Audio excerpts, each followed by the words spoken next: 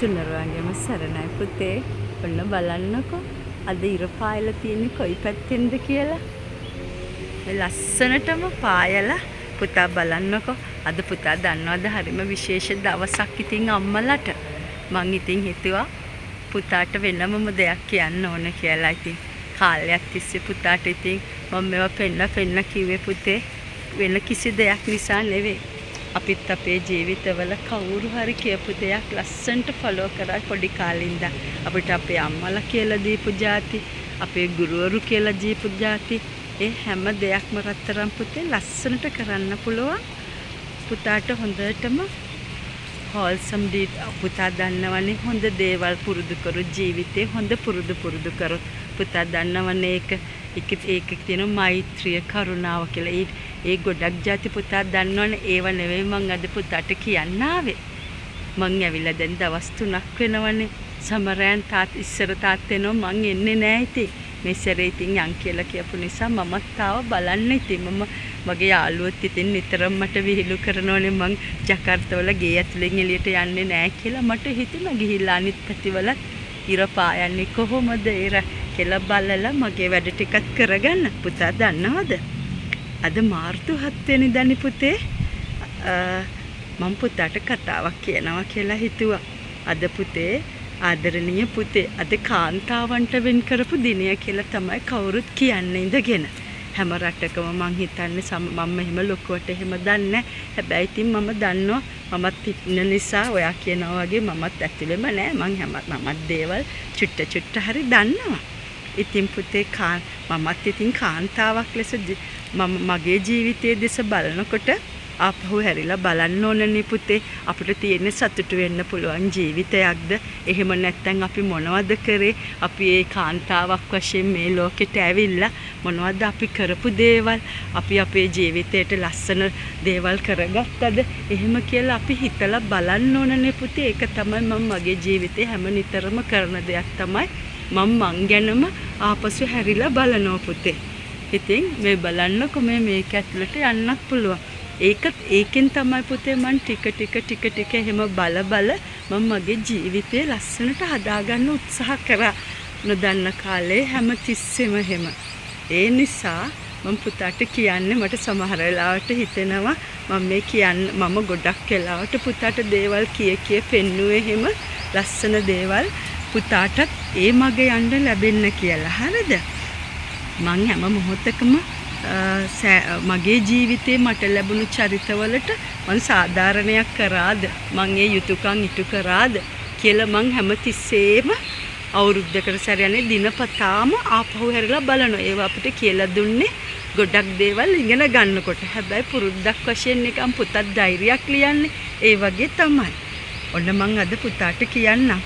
අද මට සතුටින් ඉන්න ලැබිලා තියෙන්නේ පුතේ. ඒක මම කරපු જાති කියලා මට දැනෙනකොට ඊටත් වඩා සතුටක් මට දැනෙනවා. පුතේ සතුට කියන්නේ තමන්ගේ සිතන පතන ආකාරය පුතේ. පුතා මට දැනෙන විදිහට ජීවිතේන හැම දෙයකටම මුහුණ දෙන්න නම් අපි ඉපදින දවසේ සිටම අපිට පින් තියෙන්න ඕනේ පුතේ. ඒක ඔයත් විශ්වාස කරනවනේ. ඔයාටත් ඒක තේරෙනවනේ.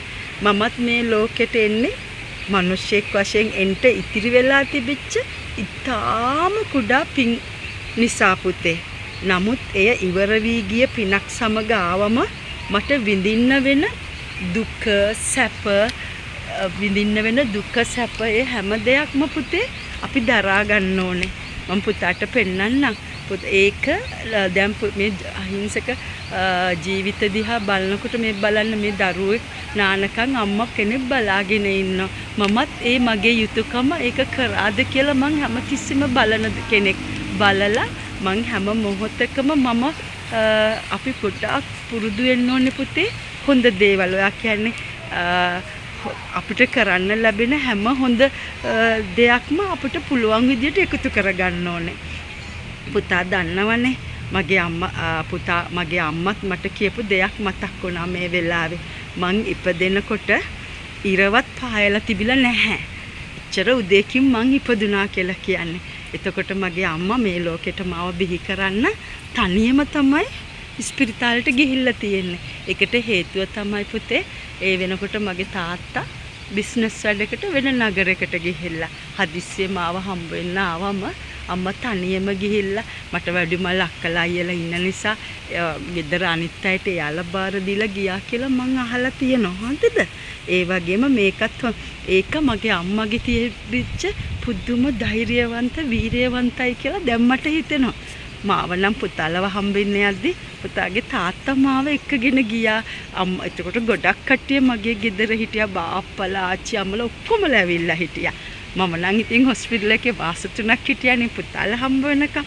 මං හිතනවා පුතේ මගේ අම්මා මට ඒ කාලේ කියලා තියෙනවා මං ඉපදිලා වැය 24ක් යන්න කලින් මාවත් අරගෙන අම්මා තනියම ආවා කියලා මේ හොස්පිටල් එකේ ඉඳලා ගෙදර ඇවිල්ලා මට වැඩිමල් අක්කලා අයියලට කෑම ටික හදලා එදා දවසේ ආ උයලා ඒ ඔක්කොම දේවල් එයා කරගත්තා කියලා මට ඒ කාලේ කියනවා.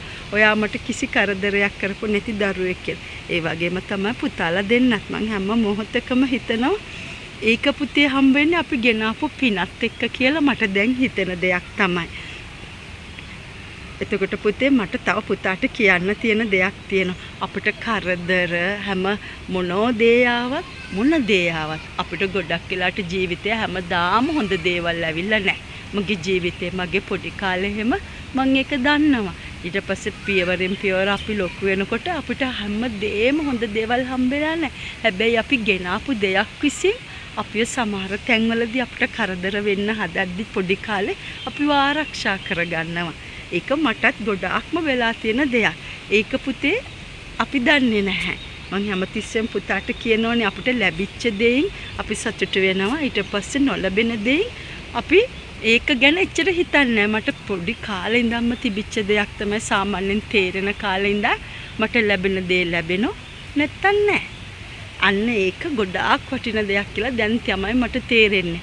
මම පුතාට කියන්නම්